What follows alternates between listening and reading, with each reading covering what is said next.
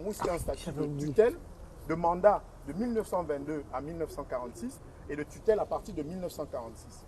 Les Camerounais ont été administrés sauvagement par la France coloniale avec le travail forcé et surtout, mes frères et sœurs, et surtout les agents, les officiers de police que vous êtes, la France a retiré une part de l'âme aux Camerounais.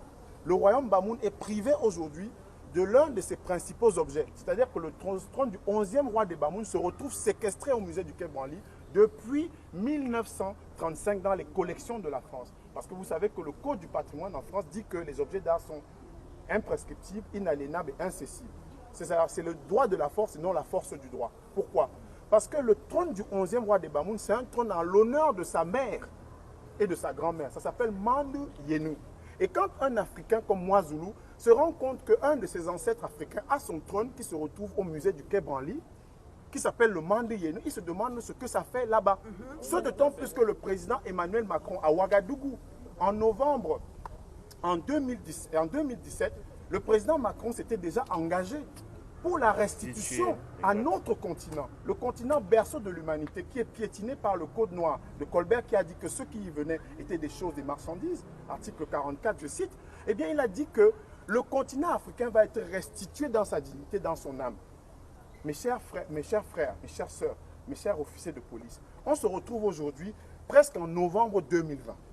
Monsieur Felwine Sarr, économiste, un de nos frères d'Afrique, fondateur des ateliers de la pensée avec Achille Mbembe à Dakar, et Madame Bénédicte Savoie, qui est spécialiste d'histoire de l'art, ont remis au président Macron un document, un rapport sur la restitution à l'Afrique de ses biens.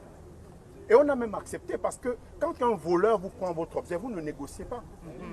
Quand un voleur vous prend votre objet, parce que les militaires français, on l'a dit, c'est explicite, noir sur blanc, ça résulte de vols, de pillages et de séquestration.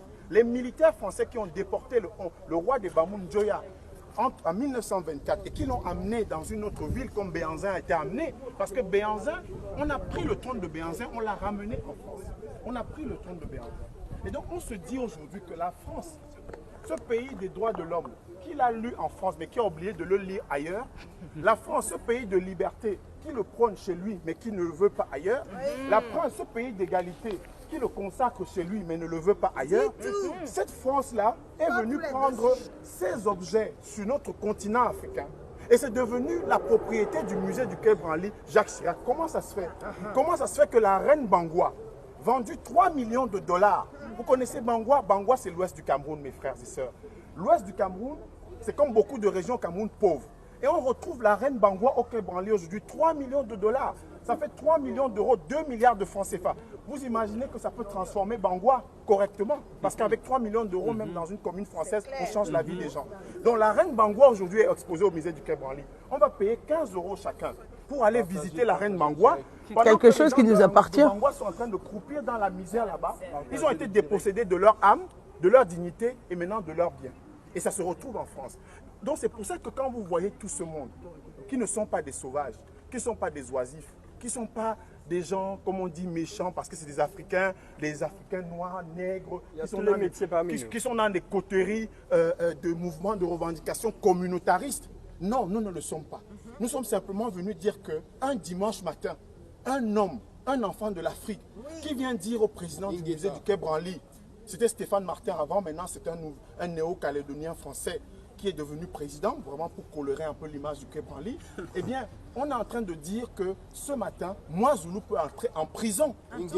Moi, Zoulou peut aller en prison, alors que les masques Pounou, les masques Tchokwe, les masques Bamoun, les masques Kom, les masques Mboshi, les masques Zoulou, les masques Glélé, les masques Dan, qui ont inspiré Picasso. Quel est ce pays où Picasso est le plus grand peintre de l'histoire de l'humanité? Et c'est grâce à l'Afrique que Picasso est devenu Picasso. Mais pourquoi vous voulez envoyer notre frère en prison au lieu de lui dire merci? Comment on envoie moi Zoulou en prison au lieu de lui dire merci? Comment Braque, comment Cézanne, comment Matisse, comment Derain? Vlaminck et Derain sont deux amis. Vlaminck a découvert à Argenteuil dans un bar à Argenteuil, dans ce pays, la France, le pays des droits de l'homme, Vlaminck et Derain. Vlaminck découvre un objet qui a été pillé par des militaires français en Côte d'Ivoire. Ah oui. Des masques dents. Et Vlaminck, oui, Vlaminck prend. Continue, mon frère. Vlaminck prend l'objet d'art africain dans de Côte d'Ivoire.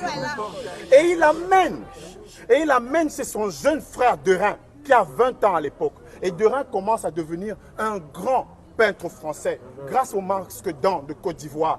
Et moi, Zoulou va aller en prison au lieu que les descendants de Vlaminck et de Derain disent merci aux ancêtres de moi, Zoulou, l'applaudissent dans les rues de Paris.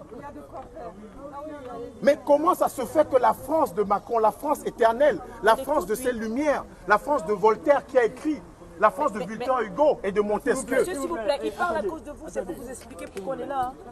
Voilà, comment ça se fait que cette France-là, veuille mettre notre frère, notre fils, ce descendant des Mabéas. Vous connaissez les Mabéas? Les Mabéas, c'est au sud du Cameroun. Vous connaissez les Sénoufous? Les Sénoufous, c'est au nord de la Côte d'Ivoire.